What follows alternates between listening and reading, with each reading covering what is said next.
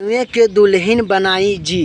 जी हाँ, आज सुबह पवन भैया का टीजर आ चुका है जी। मजनुए के दुल्हन बनाई जी, आज सुबह में आ चुका है टीजर। जो लोग देख लिए प्लीज़ कमेंट बॉक्स में ज़रूर बताइएगा आप लोगों को पवन भैया का टीजर कैसा लगा, इस सावन गाना को। अगर जो लोग नहीं देखे हैं जाके देखिए उस गाने को, सुनिए टीजर को।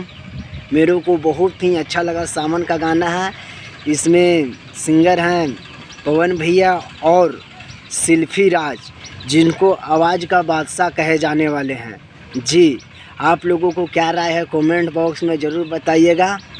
खेसारी भैया और पवन भैया में विवाद ख़त्म हो चुका है जी हाँ, ये दोनों अच्छे भाई हैं, तो हम लोग ज़्यादा कंट्रोवर्सी नहीं करना है। जो भी सिंगर का गाना आए आप लोगों अच्छा लगे सुनिए ज़रूर।